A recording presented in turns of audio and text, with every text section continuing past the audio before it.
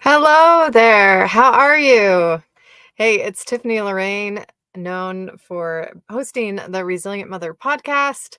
I'm a certified high performance coach with resilience results coaching, all things resilience for you. This month, we are discussing mastering your unique resilience in the podcast and in coaching and in my live offerings on social media.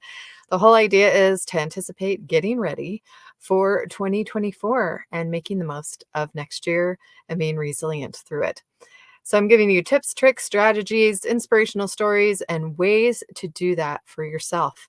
Resilience doesn't look the same to everyone, so you have to find your own unique way of being resilient. And today I'm going to serve you with a framework that gives all the details on exactly how you can do this. It's simple and applicable that anyone can do. So with that, let's get into it. So this is the mastery framework. My whole mission is to encourage resilience, especially in mothers and those facing difficult circumstances. I want you to know you can overcome anything when you put your mind to it. It may take time and you don't know when that breakthrough is going to come, but don't give up. Keep going and be resilient. All right, the first part of this framework actually begins with the letter M. So let me get there. All right, here we are. M for memory. What does this have to do with mastery? Well, to master anything, you have to do it so many times that it becomes automatic. And using your memory and the ability to memorize things has great power to create mastery. There are many things that my body still remembers how to do from being a competitive gymnast because of the repetition and number of times I did those skill sets. I live in a cold place, and when I fall on ice and I somehow gracefully land and get up, I say, "Thank you, gymnastics," every time. Another thing I learned about memory was theater and doing filming or acting. We have to memorize scripts very quickly in order to be able to produce the character, the scene, show mastery of the character, mastery of understanding the story and the storytelling. These are all skills that actually will allow you to master any other skill. They're using your brain and its way of working to maximize the ability to intake information in the subconscious to the conscious mind. Doing something enough that it moves from being back there to front and forward. So, muscle memory, for example, is just one way that we have memory in our mind. Our senses can bring back the memory in many different ways, and we can use that to our advantage to bring back memories, to bring the energy we want to something, to bring an emotion we want to bring to a situation, all by memory. And that could be a taste, a smell, something we hear. We all have things that trigger us. Why not trigger them to do a positive thing for our minds and to move us forward towards mastery, towards a skill that we want to develop?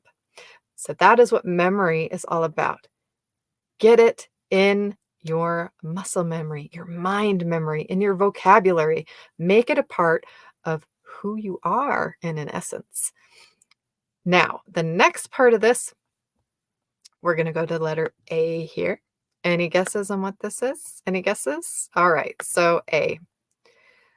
A is for anticipate. What does this have to do with mastery? Well, let me tell you. This has to do with being able to understand there are going to be obstacles in the way. There are going to be challenges. There are going to be failures.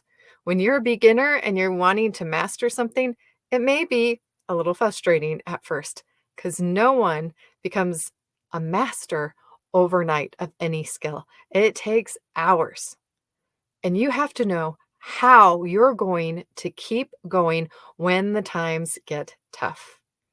Do you have things in your memory that can connect you to your why to keep you going? Do you have a team in place who believes in you and who will cheer you on no matter what gets in your way? Because they see your vision, they see your mission, and they know that it's not just about you, which we'll get to here in a minute with S. So If you want to master something, anticipate the steps, the time, all the details that are involved to get there. If you go in there without anticipating that there is planning, scheduling, that there are obstacles you need to plan for, to think for, you may find that it takes longer to develop and master the skill that you want, or you may find that it doesn't go the way you thought. Now, mastery can evolve and change, but you get to choose which path you stay on and which skills you get to develop. There are no limitations other than the limits that you put on yourself. All right, so when you anticipate a challenge, do you have a plan? If you're going to go to the gym and you're going to work out, do you set yourself up for success? Do you have a plan on how to get to the gym? What you're going to do at the gym? How you're not going to be sore? What you're going to eat after? Yes, they're all a part of it. And with New Year's coming, I know this is on some people's mind. You're anticipating those New Year's resolutions. We all have goals for next year. We anticipate there is a new year. This is time everyone thinks about, all right, time to get on it. Time to set those goals. I'm going to do it this year. But are you going to anticipate, what am I going to do on the day when I don't feel like it? What am I going to do when I get sick? What am I going to do when a kid gets sick? What am I going to do when the car doesn't work? What am I going to do? Have a plan in place. Stay true to your goal. Even if it's as simple as walking every day, keep that word with yourself. Not only are you going to build confidence, but you're going to give trust in yourself to anticipate that you're going to do what you say you're going to do. That when you make a goal, you're going to achieve it. And that kind of anticipation leads to self-mastery. Because really, the greatest thing we can master is ourselves. We cannot master other people. We may be able to master skill sets, but that's still a part of who we are and who we choose to become. Now, the other part of this that you may want to think about is anticipating the reward. Can that keep you going? Can you picture crossing that finish line, winning that medal, having a best-selling book, being on stages, swimming that triathlon, that whatever it is for you, it can be totally different. It may not be in the personal development realm. Maybe it's cooking that amazing meal. Maybe it's meeting the love of your life.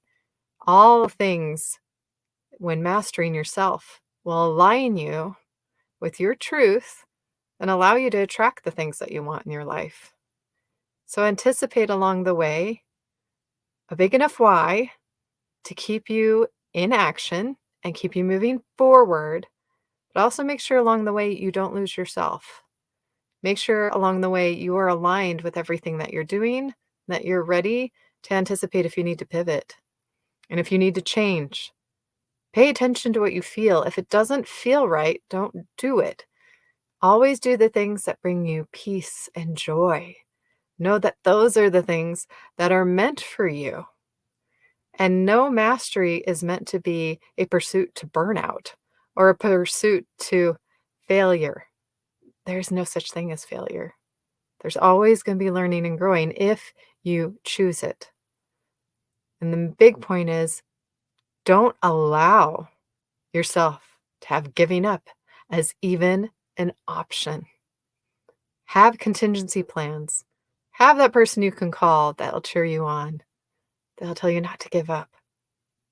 Find those people. If you don't have them in your life already, find them. And they may be new people. You may anticipate as you change and master skills and level up in your life, some people don't stay. That's just how it goes. You will attract who and what you need to every time you level up your life and you master a new skill set. That is just part of the journey. So with that, let's move on to S. All right. Any guesses on this one? I hinted at it a little earlier, if you're wondering. Let's see here. I'm having a little trouble with it. Just a second. There we go. All right. S, here we go. Ta-da! I'm learning. Thank you for being patient. Service. Now, when you decide to master a skill, it's great if you're doing it for yourself, but ultimately, If you really wanna be motivated to do something, it's gotta be, bigger than yourself. It's gotta be more about we, us, community, service, impact than about you. You will do more for others than you will ever do for yourself. So find that person you're fighting for. Find your motivation and then serve.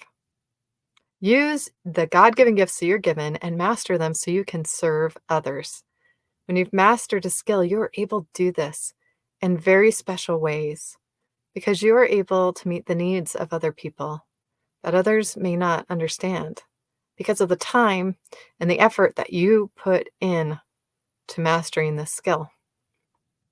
And everyone has God-given gifts that we should master, that we should develop. And they're not all going to be external things that you can put a name to, or you can get a reward or a grade for, or a certificate for. These can be eternal things that you master. That may be a natural thing of your nature, something that is special about you and being in your presence. And when you master skills, you are a great example. And that is a service in and of itself. Because when someone sees you master yourself and level up, they know they can do it too. And whether you realize it or not, you are being of service. Every person that you interact with has crossed your path for a reason. And you should use those skill sets you've developed to serve others. Now, this may be health to be available to your family. This may be a skill set to earn more income for your family, for yourself. Whatever skill you're mastering, know that it will be a benefit, not only to you, but to others. And also be open to letting people serve you. Even though you've mastered a skill, even though you don't need the help, let someone. Give them the opportunity to serve you sometimes. Give them the opportunity to grow and master their own skills. Don't take the opportunity away for them to grow. They can do this if you let them, because service goes both ways. Both the giver and the receiver are edified when this is done with love. And love, when that is the motivation, you can't go wrong. That is the master power of life, to be love, to give love, and to do our best. After that, you know you've done all you can do, and whatever the outcome is, whatever the expectations were, it will be what is meant to be. And when we master that in our lives, we can be at peace, knowing we're just showing up, giving love, and doing our best. And that is a great benefit of self-mastery, is being aligned and centered and grounded with ourselves and around anyone that we're around, so that our energy is of service to those that we are around. We can be the ones who light up a room. We can show people what it is to get the twinkle back in their eye.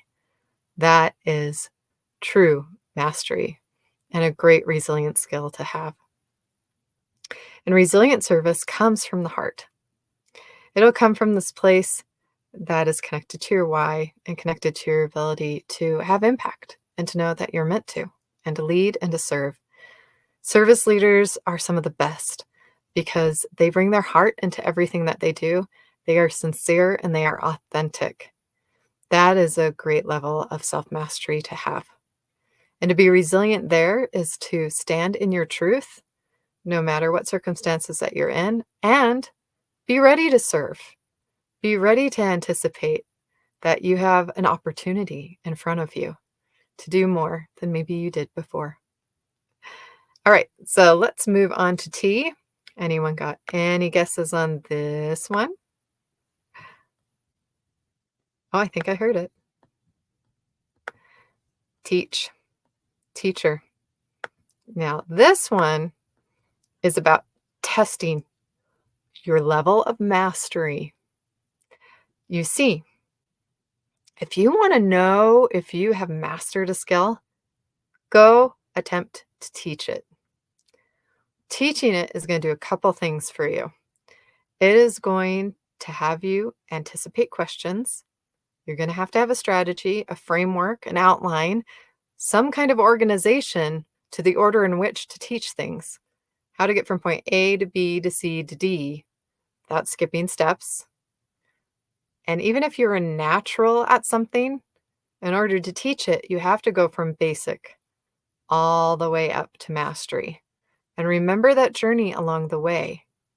When you're able to remember how I got from point A to point B to point C to point D, and you can communicate it, you know you've mastered it.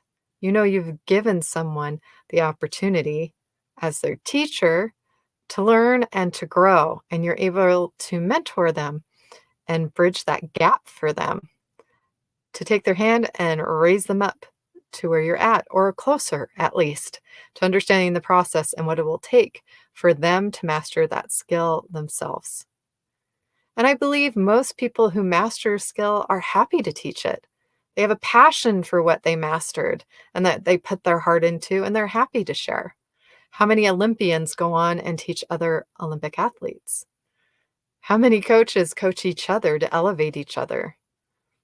How many performers get in circles where they can elevate each other or look forward to working with others that are as expert as they are in their field? We'll get into that in a minute. But if you have to teach it, you will know you've mastered it, because you will also have all of these perspectives of different people along the path to mastering a skill, from beginner to intermediate to advanced. And you'll know where you stand in that group of people as well. When you collaborate and you teach, you have this opportunity for everyone to bring their best and to elevate each other and hold each other to a higher standard of mastery and of growth. That's really what these growth groups are all about, is to get together and to teach and to grow with one another and to keep going. With that, let's go to the next one, because I like this one a lot. So this one I mentioned briefly just a minute ago, and it is expert. If you're able to do all of these things, you're able to get it in your memory, so it's like automatic response. You're able to anticipate the challenges that are going to come, and you have a plan. If you're able to be at a level you're so comfortable with it, you can serve with that talent, that gift that God gave you, and you know when someone needs you and you can show up and be there for them. If you can teach it, you know you've mastered it. And then there's the expert. The expert is like the next level. If you're going to master something, why not be the expert? Why not go beyond the finish line, put in the extra miles, and be the go-to person? Be world-class and excellent, adding so much value. You are the person people go to. You are the one they want to know. If there are questions, you are the one they go to. That is being the expert. And maybe you may not have all the answers as the expert, but you've done so much work and put in so many hours that there really isn't anyone else to turn to. Now, there can be more than one expert as well. And when they come together to collaborate, that may up-level an industry. That may set a new standard for everyone. And that can be a great thing as well. That's the great thing about mastery, is there's not just one master. And here's the thing as well. That's why we have masterminds, for example. Yeah, that's why.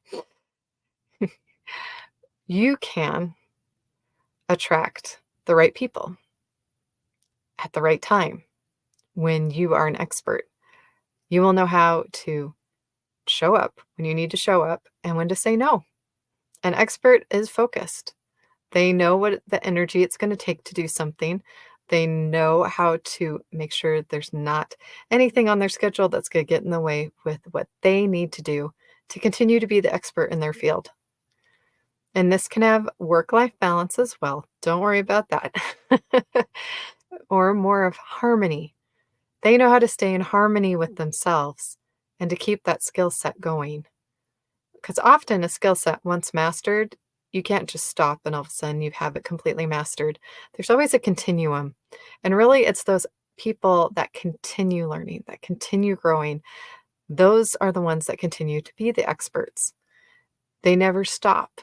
They have an insatiable appetite for knowledge and wisdom, and they will continue to find new ways to see possibilities, to create new standards for all of us.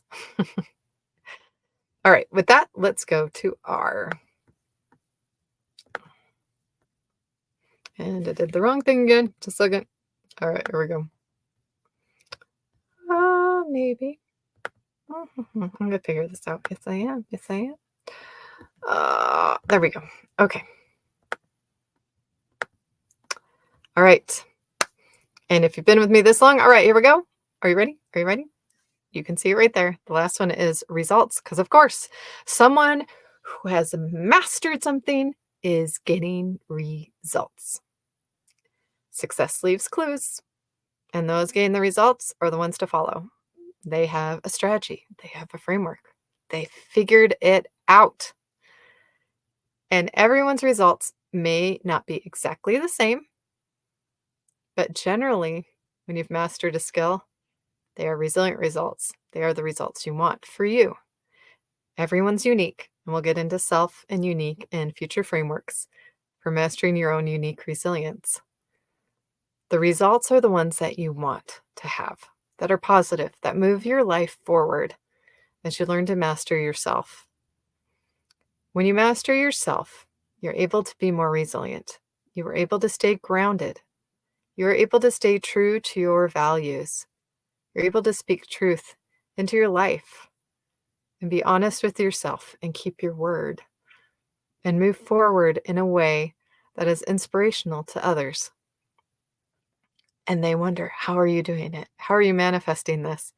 Well, they don't know all the dark work that you put in. Because if you want results to last, you have to do the inner work and the outer work.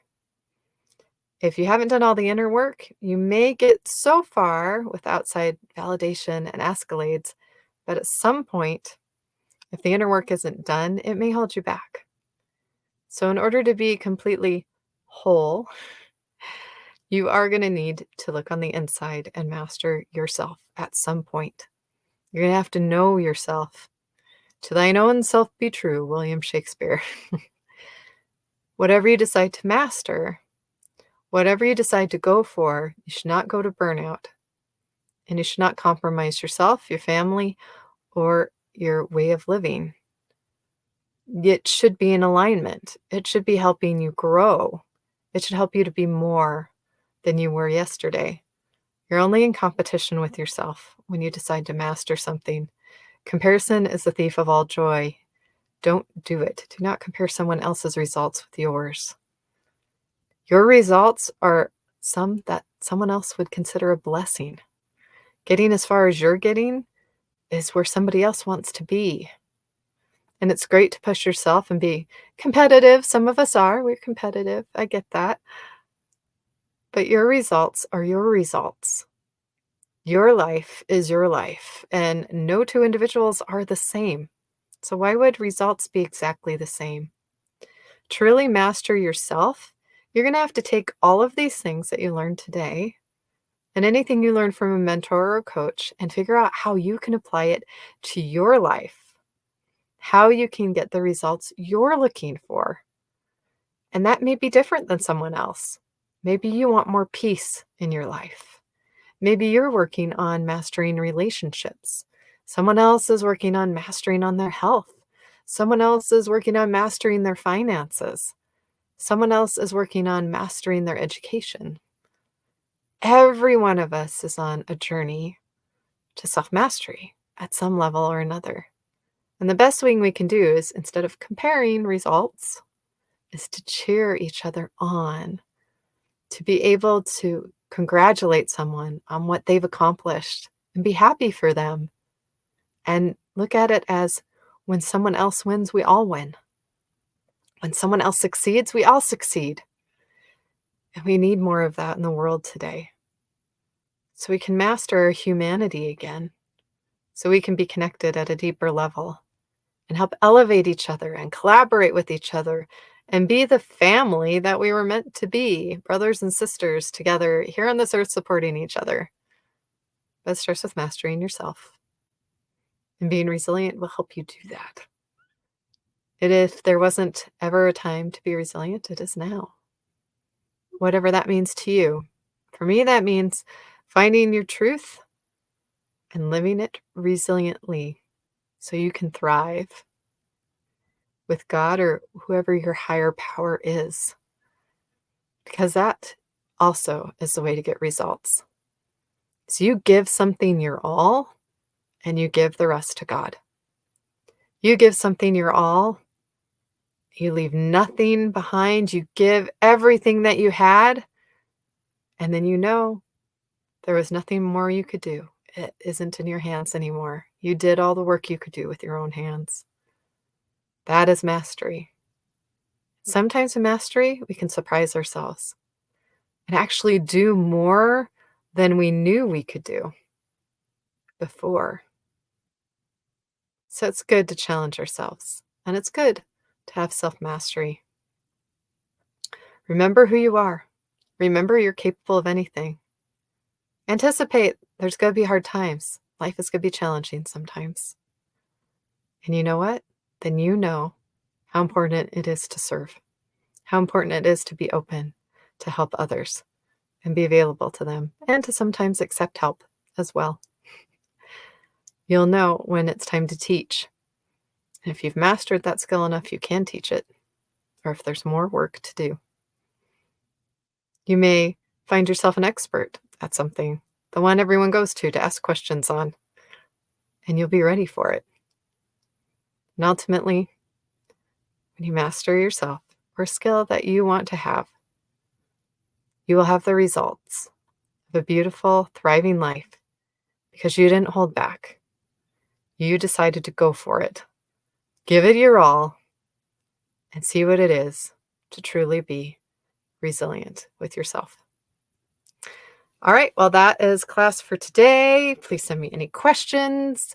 Let me know what you thought of this framework. If you liked it, if you want to contact me to be on the Resilient Mother podcast, or you want to join us in Growth Day for a more in-depth discussion on this, please let me know.